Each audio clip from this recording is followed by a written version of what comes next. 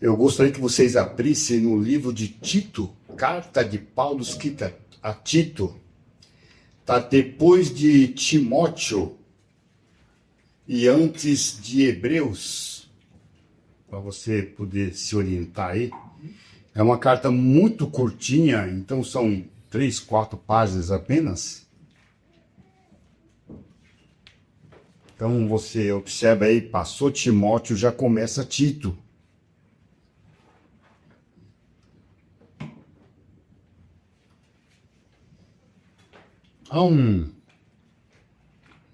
Acho que um ano atrás, 2, eu estava assistindo uma série em casa, que era o Conto de Aia. Não sei se alguém aqui viu ou ouviu falar, né? Série muito boa, muito bem comentada, né? E a sinopse que tinha da série era muito curta. Eu tive que ir no Google, acessar ali, para poder entender do que se tratava bem a história, para poder compreender melhor, né, toda a série. E sem fazer isso, eu confesso a você que é difícil, estava difícil, porque é uma série bem complicada ela, né? Conto de Aia. E já teve livros também que quem é leitor, quem gosta de ler, sabe que se você observar bem ali a introdução, o prefácio, isso facilita muito quando você vai fazer a leitura. E eu estou fazendo esse comentário com vocês porque eu vou fazer aqui um comentário, aqui, uma introdução sobre a carta de Tito. E é importante você prestar atenção nessa introdução, porque só na introdução você já vai ficar aí também uns 40% já ligado naquilo que vai ser tratado dentro dessa carta, né? Primeiramente, Tito era um jovem que participou de algumas viagens missionárias junto com Paulo durante muito tempo. E logo que Tito ele amadurece, né? Ele já tem aquelas condições de ser líder e tudo mais, pastor, né? Paulo pega Tito e enfia ele para uma ilha chamada Creta. E nessa ilha, Tito foi lá não só para pastorear uma igreja, mas como ser também o líder de toda a ilha, porque na ilha havia não somente uma igreja, mas havia também grupos que se reuniam nessa ilha, né? Que ali era pregado o evangelho, e Tito, além de pastorear, ele também cuidava de todos os assuntos referentes ao reino de Deus aí naquela ilha. E é fato também, irmãos, que no primeiro século, que é quando essa carta foi escrita, é logo no início do primeiro século, é sabido por muitos que acompanham as escrituras sagradas que todas as igrejas dessa época aqui que foram fundadas pelos apóstolos eram igrejas que passavam por muitas perseguições. Muitas. Nós estávamos aqui orando agora, o André orou aqui pelos nigerianos, como nós já temos feito isso há alguns anos, né? Porque os nigerianos estão sendo perseguidos, muitos estão levados à morte, a cadeias, pelo simplesmente fato de pregar o evangelho. E nessa época aqui, era muito pior. Era muito pior do que os nigerianos estão passando agora. Se você depois, por curiosidade, ler ali Hebreus no capítulo 11, ali você vai ter uma ideia melhor de como esses povos evangélicos eram perseguidos. Eles eram afligidos, eram presos, eram mortos, e eram mortos das formas mais violentas possíveis que existiam nessa época, no primeiro século. Pessoas, tanto é que quase todos os apóstolos tiveram suas cabeças decapitadas. Pedro foi crucificado de cabeça para baixo e ainda foi ateado fogo ao redor dele. Então eram mortes muito violentas, né? E Paulo, ele escreve essa carta para Tito, não para a igreja, e sim para a pessoa de Tito mesmo, no sentido de encorajar a Tito a seguir em frente, mesmo com todas essas situações, né, de perseguições, né? E que Tito também levasse a igreja a ter também uma vida que fosse condizente com o evangelho que é pregado.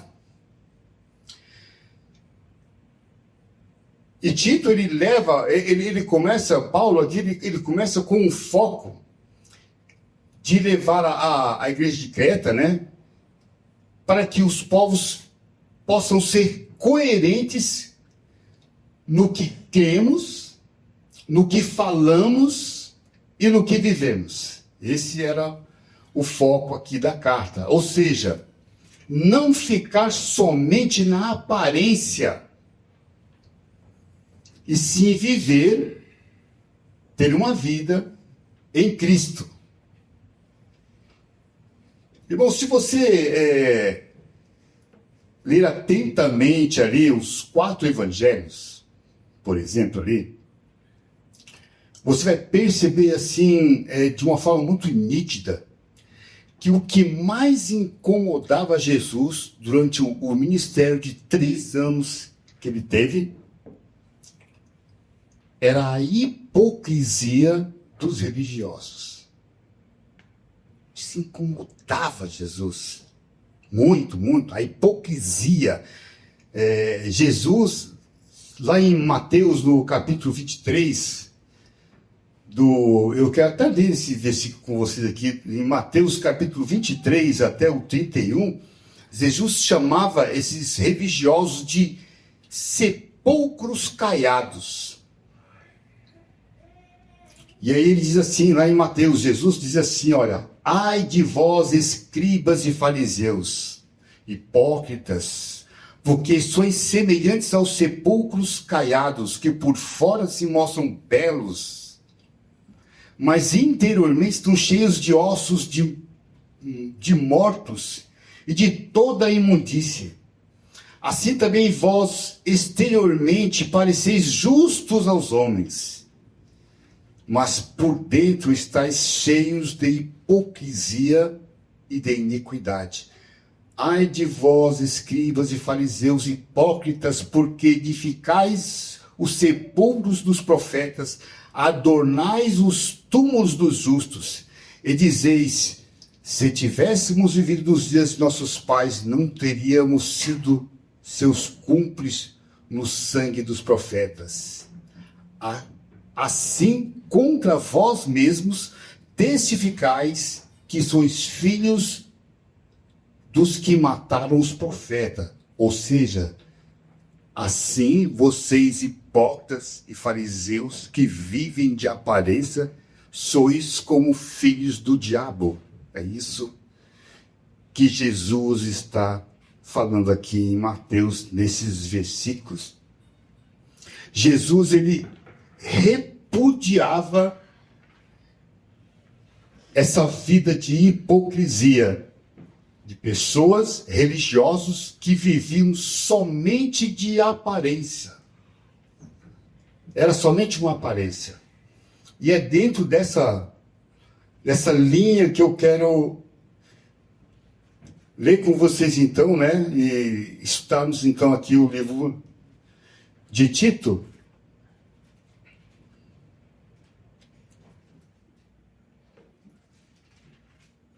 E Tito, então, ele começa assim, Tito capítulo 2, versículo 11, ele diz, porquanto a graça de Deus se manifestou salvadora a todos os homens,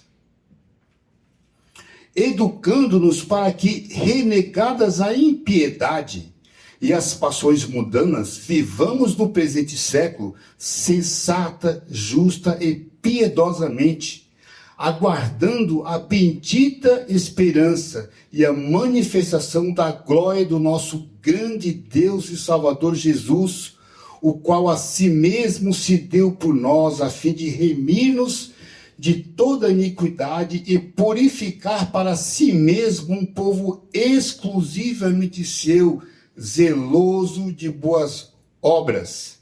Dize estas coisas, exorta e repreende também com toda a autoridade. Ninguém te despreze.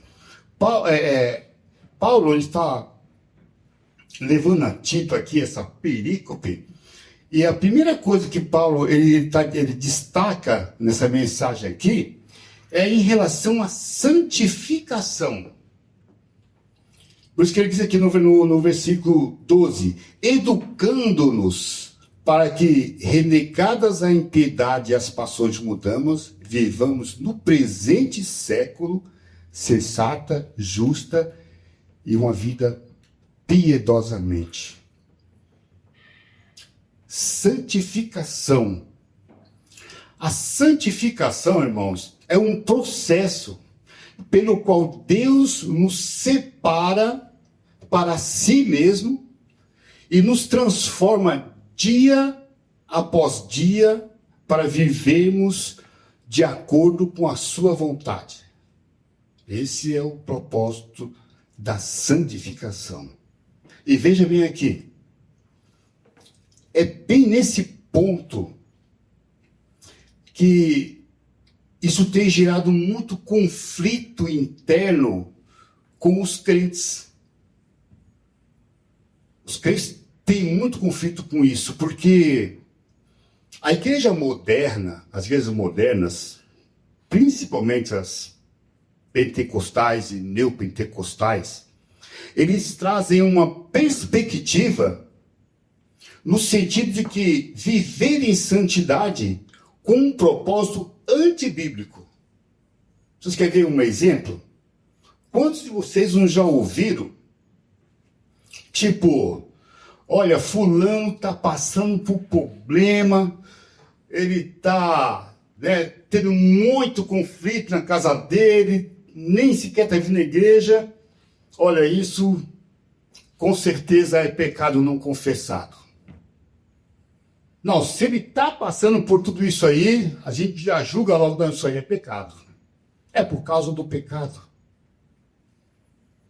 Né? Se ele estivesse bem na igreja, estivesse santificando a sua vida, não, ele não estaria nessa situação.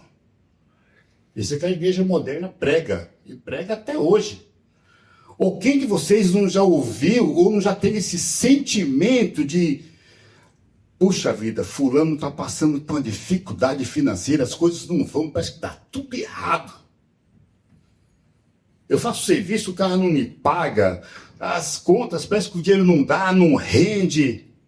Aí vem aqui na cabeça, poxa vida, eu acho que eu não estou dando oferta o suficiente na igreja.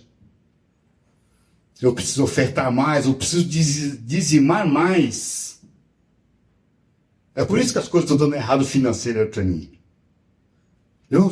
Irmãos, isso é comum se ouvir nas igrejas que você... Se você frequentar por aí, você vai ouvir isso quase que todos os domingos. Então, a igreja mulher faz uma relação que uma vida santificada vai fazer com que você tenha uma vida boa, tranquila e próspera. Isso não é verdade.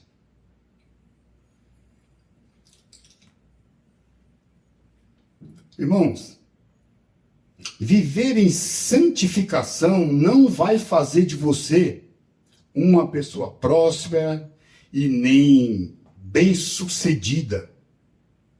Essa régua, ela não funciona. O seu casamento não vai ser um casamento, um relacionamento dos seus sonhos, porque você tem uma vida santificada, ainda que melhora. Se você, tua esposa está ali na igreja, santificando suas vidas, vai melhorar? Vai. Mas não significa que vocês vão ter uma vida maravilhosa, porque você tem a sua vida santificada. Então, você vai passar agora até o casamento dos seus sonhos, né?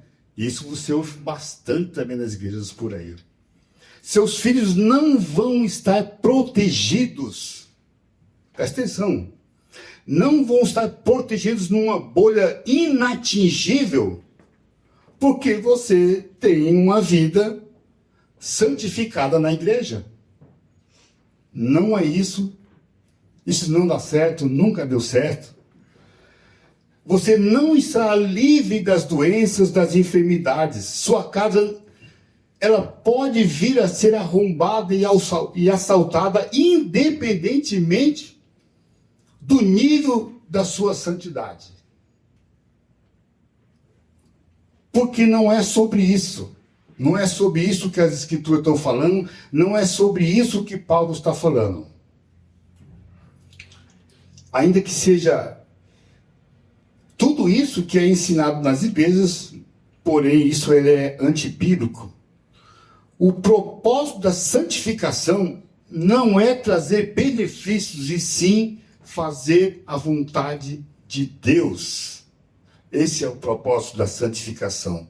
O versículo 12 deixa bem claro isso, e diz assim, olha, educando-nos, ou santificando-nos para que, renegadas a impiedade e as paixões mundanas, vivamos no presente século sensata, justa e piedosamente aguardando a bendita esperança e a manifestação da glória do nosso grande Deus e Salvador Jesus Cristo, o qual a si mesmo se deu por nós a fim de remir-nos de toda iniquidade e purificar para si mesmo um povo exclusivamente seu, zeloso e de boas obras, para que vivamos no presente uma vida sensata. O texto vai dizer aqui, sensata aqui no sentido de agir à luz da vontade de Deus, e não por impulso ou por vontade emocional, não por impulso ou emocional. Viver de forma justa e piedosamente, também o texto vai dizer ali, é no sentido de relacionamento entre você e as pessoas que você convive. Isso é viver de forma justa. Isso envolve honestidade, integridade, respeito ao próximo e todas essas coisas por aí. Já a piedade, ou viver piedosamente, não tem nada a ver com caridade, bondade ao próximo, não é sobre isso. Viver piedosamente tem a ver com a santidade entre você e Deus.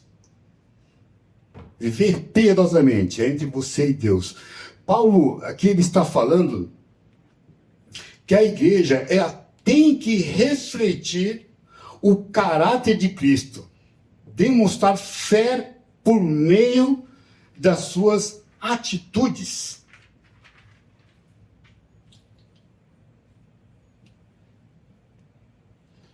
Eu estou falando bastante, vou falar bastante desse primeiro ponto aqui, que é sobre a santificação, porque isso é um tema muito importante para os dias de hoje, sempre foi. E a igreja precisa entender melhor sobre essa questão da santificação. A santificação, irmãos, ela se divide em duas etapas na nossa vida, para a gente poder ter uma compreensão melhor. A primeira etapa da santificação, ela acontece no momento em que você se converte. No momento em que você aceita Cristo como seu Senhor e Salvador, você já recebeu a santificação de Deus. Isso está escrito lá em 1 Coríntios capítulo 6, versículo 11. Lá está escrito, Paulo escreve assim, vós fostes santificados e justificados em o nome do Senhor Jesus. Ou seja, essa santificação significa que o novo convertido, ele passa a pertencer a Deus no momento do seu batismo, no momento da sua conversão, no momento em que ele aceitou a Cristo como Senhor e Salvador. Ele já é santificado. Mas essa é só a primeira etapa. Depois da santificação, ela tem uma segunda etapa também. A segunda etapa, irmãos, da santificação, ela é progressiva. É algo que ela vai progredindo no dia após dia. Ou seja, é um processo de fazer o crente abandonar as práticas imorais e pecaminosas, que a gente viveu isso a vida toda, e desenvolver um caráter de Cristo, assim como ainda no versículo 12, né? No dia a dia. E é sobre essa segunda etapa que Paulo está tratando aqui nessa perícope. É sobre a santificação progressiva, dia após dia. Tem muito crente. Eu estou há 37 anos na igreja, eu vou dizer para você que tem muito crente convertido há anos, há décadas, que não tem ideia do que é sobre santidade. E o quanto isso é sério. O quanto é sério viver em santidade. Santidade progressiva, né? Onde você vai crescendo dia após dia, você vai matando o seu eu e vai alimentando a sua vida espiritual. Irmãos, é importante você entender que a santificação ela não é secundária na palavra de Deus. Não dá para se banalizar. Não dá para tratar a santidade como algo comum na sua vida. A santidade ela é inegociável biblicamente. Ela é insubstituível. Tipo, vou dar um exemplo para vocês. Eu fui certa vez eu fiz um frete para uma moça. Ela era vegana. E ela ela marcou lá, reservou uma pizzaria lá em Florianópolis. Eu levei a van para lá, cheia de gente lá, encontrou com mais outros amigos lá também. Era a colação de grau dela e tudo mais. E ela conversou antes com o dono da pizzaria e ele falou o seguinte: olha, eu quero que você substitua, tira todas as pizzas do cardápio que você tem, eu quero uma pizza apenas com massa, molho de tomate seco e rúcula. Substitui. O cara foi lá e fez. Todo mundo, até eu. Eu era o motorista, fui lá e, lógico, eu tenho que comer também, né? E a pizza era só de massa, rúcula e tomate seco, porque ela era vegana. Foi fácil substituir. Eu quero chamar a atenção de vocês aqui, é que não tem como substituir aqui a santificação. Pra vocês terem uma ideia, veja bem, olha. Lá na carta aos Hebreus, no capítulo 12, versículo 14, diz assim lá, olha. Segui a paz com todos e a santificação, sem a qual ninguém verá o Senhor. Eu me lembro que meus primeiros anos de convertido, na igreja que eu congregava, tinha um hino com esse versículo aqui, não sei se alguém de vocês conheceu, né? Segui a paz com todos e a santificação, sem a qual ninguém verá o Senhor. Paz para mim, paz para você, irmão, paz para mim, para você. Aí as pessoas se levantavam nas suas cadeiras. Aí uma com as outras, né, se abraçavam. Tinha aquele momento de coinonia, de comunhão. Todo mundo se abraçava, sorria um para o outro, uns se beijavam. Era aquela coisa gostosa. Eu gostava disso, era maravilhoso. Era um momento assim, realmente para mim era especial na igreja. Quando faziam esses momentos. Até fazem hoje algumas igrejas esse momento ainda, né? De coinonia, junto ali no culto, né? Eu gostava disso. E não tem nada contra, né? Eu acho que deveria até fazer mesmo. Porém, eu quero esclarecer para vocês que esse texto de Hebreus aqui não tem nada a ver com esse momento. Porque não é sobre isso. Seguir a paz com todos e a santificação, sem a qual ninguém verá o Senhor. Isso aqui, o escritor está dando aqui, é uma exortação. É uma exortação. Não é um momento assim de alegria. Ele que possa se fazer, como eu disse para vocês. Eu gosto também. Mas aqui é uma exortação. Seguir a paz com todos e a santificação. Do contrário, ninguém verá o Senhor. que o escritor está dizendo aqui? Que a santificação, ela tem que ser visível na tua vida. Ela tem que ser visível. Você não é convertido, se não é visível, deixa eu procurar melhorar aqui. Se a santificação na sua vida não for visível, há grandes chances de você nem sequer ser convertido. Há uma grande chance de você não ter uma vida transformada de verdade. Não pode. Não tem como. É isso que o escritor está falando aqui. Você não é salvo. Essa é a seriedade desse texto. Se não há santificação, se não há paz com todos, cara, tem coisa errada na sua vida. Isso é muito sério. Santificação é coisa muito séria. Quando nós identificamos um crente, uma pessoa que você conhece, eu conheço muita gente aqui em Timó. Aí, de repente, você vê o cara, né? É crente na igreja com você, daqui a pouco, cara, você percebe que ele está com uma prática de obras imorais. Ele está disseminando ódio aí pelas ruas, por onde ele anda.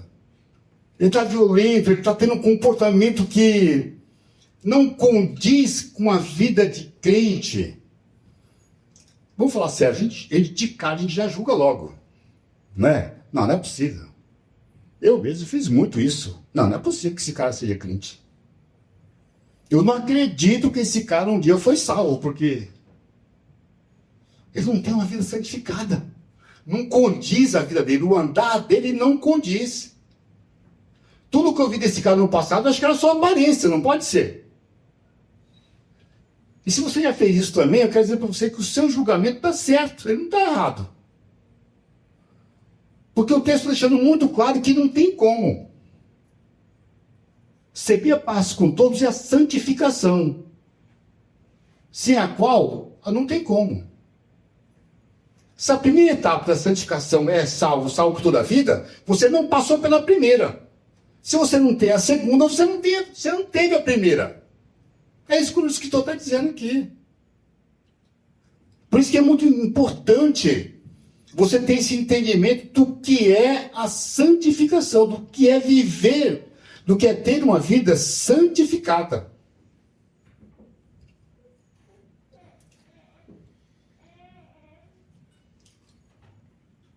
Versículo 13 e o versículo 14, ele diz assim que,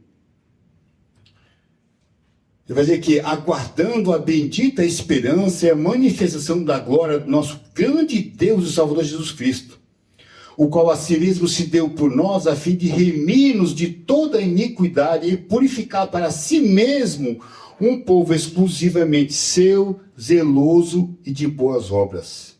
Boas obras. Crente que foi salvo, que tem uma vida santificada, ele tem que produzir boas obras. É isso que Paulo está dizendo aqui. As boas obras, irmãos, elas não salvam, mas elas acompanham os salvos. As boas obras acompanham o salvo.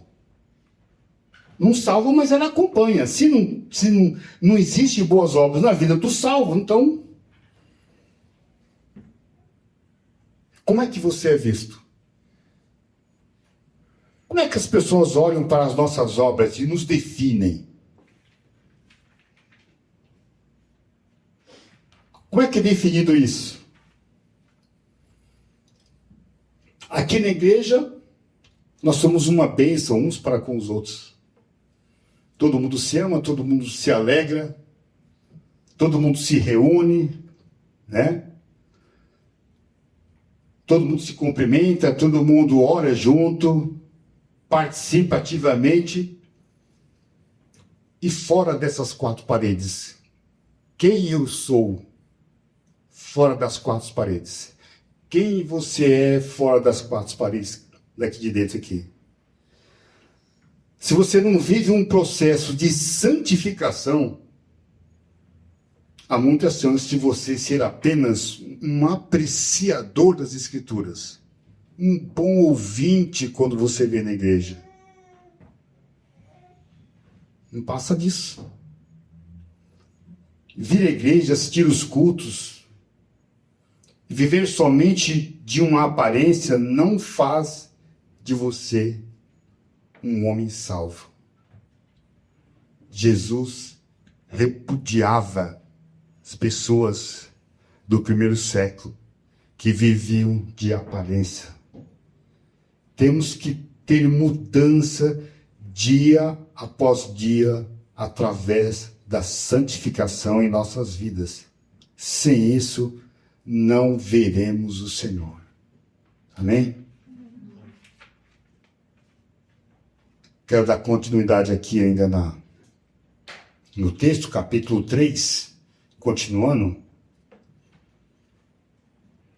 do versículo 1 até o versículo 6, Paulo escreve assim: lembra-lhes que se sujeitem aos que governam, às autoridades, sejam obedientes, estejam prontos para toda boa obra. Olha as obras entrando novamente aqui. Não difamem ninguém, nem sejam altercadores, ou seja, hostil, mas cordatos, dando provas de toda cortesia para com todos os homens. Pois nós também outrora éramos nécios, desobedientes, desgarrados, escravos de toda sorte de paixões e prazeres, vivendo na malícia e inveja, odiosos e odiando uns aos outros. Quando, porém, se manifestou a benignidade de Deus, nosso Salvador, e o seu amor para com os homens, não por obras de justiças praticadas por nós, mas segundo sua misericórdia, ele nos salvou, mediante lavar regenerador e renovador do Espírito Santo, que ele derramou sobre nós ricamente por meio de Jesus Cristo, nosso Salvador.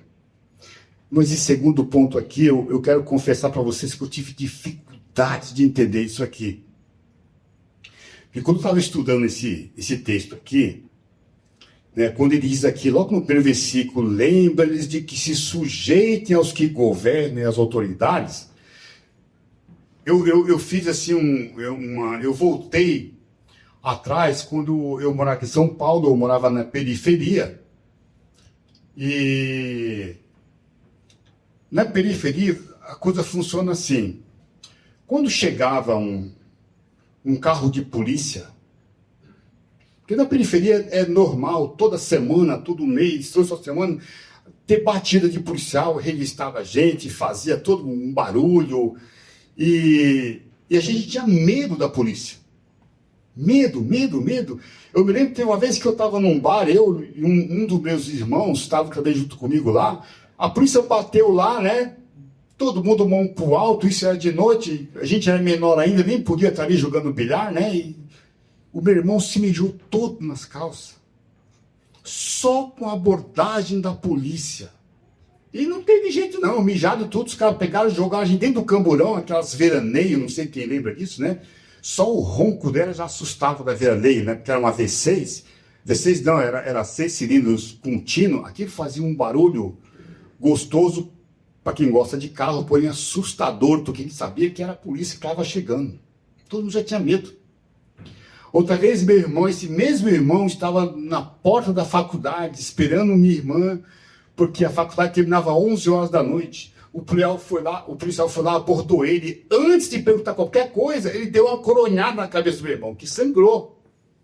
E depois ele perguntou o que ele estava fazendo ali.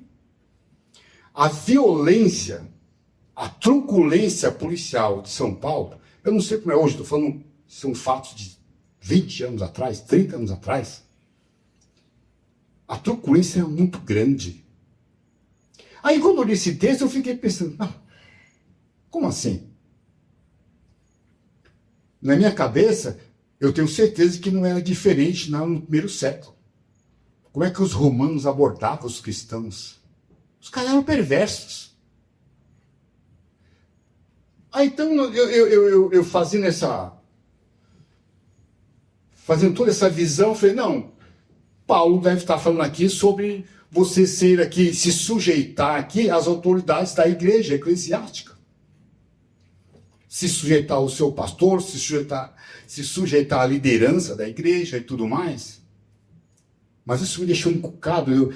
Eu já tinha pensado que era assim, já tinha preparado 3 folhas já estudadas, há 2 dias já em cima desse texto. Depois eu acabei, ainda na dúvida, o que eu fiz? Fui consultar os universitários, aí falei com o José, aí o André estava junto, já falou comigo também, já me emprestou um livro, e uma coisa e outra. Aí eu realmente percebi que não se tratava de uma sujeição à hierarquia eclesiástica, ainda que ela exista e tem que ter. Não, o texto realmente ele se trata de você se sujeitar aos governantes da época mesmo. Os governantes, as autoridades. Demorei para perceber isso. E eu acabei percebendo também, ao estudar esse ponto, é que a sujeição aqui, o foco não é nas leis governamentais. Não é do tipo, olha, tem um farol na frente ali, está vermelho, eu tenho que me sujeitar a isso. Tá, mas não tem ninguém vendo, tá noite, eu vou furar o farol e vou embora, a sinaleira. Não se trata disso. Não era sobre as leis. Era realmente também uma sujeição às autoridades, pessoas físicas. É sujeitar a esse tipo de pessoas. E também depois me dei conta, estudando mais a fundo o texto, que Paulo está pedindo para que a igreja se sujeite às autoridades, não por medo delas. Paulo já tinha sido açoitado 4, 5 vezes, preso várias vezes. A igreja realmente era afligida, como eu falei para vocês, mas também não era sobre isso.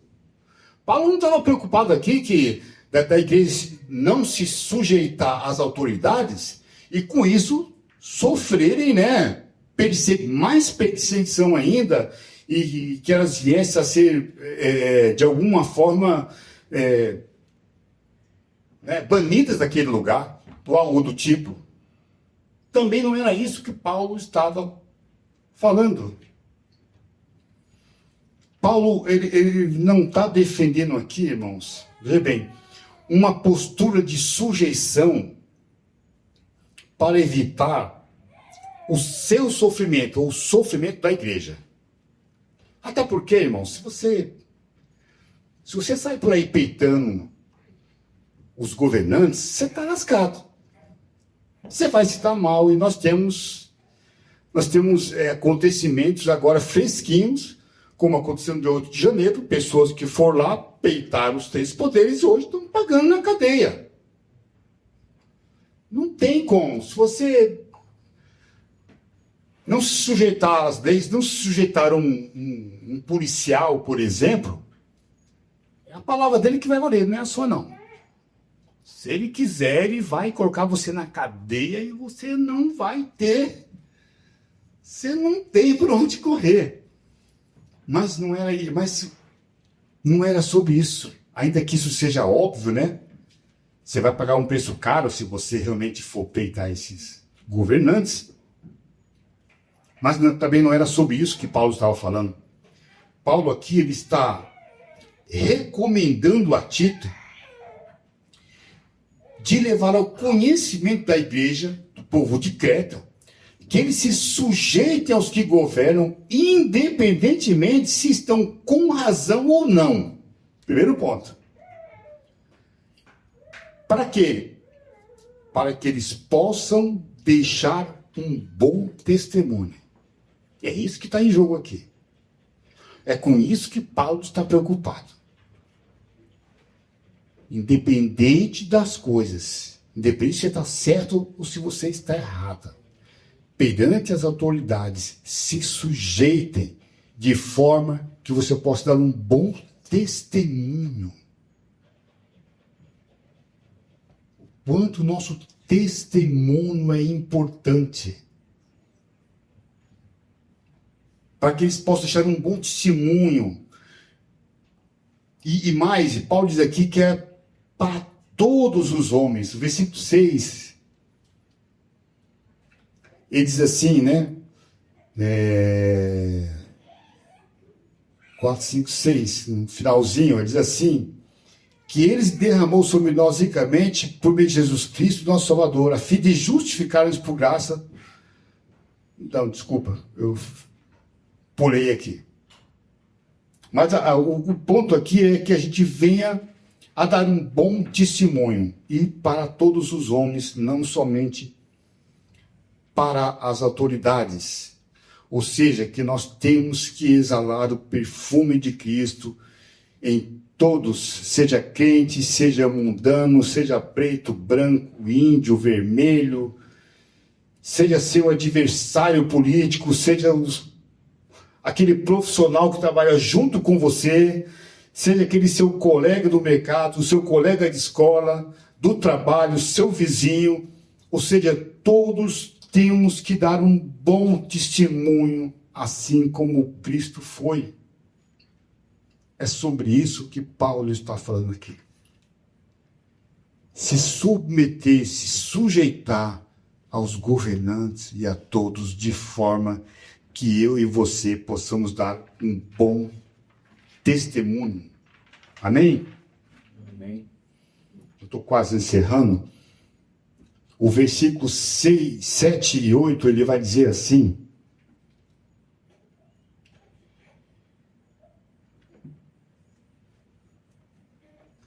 a fim de que, justificados por graça, nos tornemos seus herdeiros, segundo a esperança da vida eterna.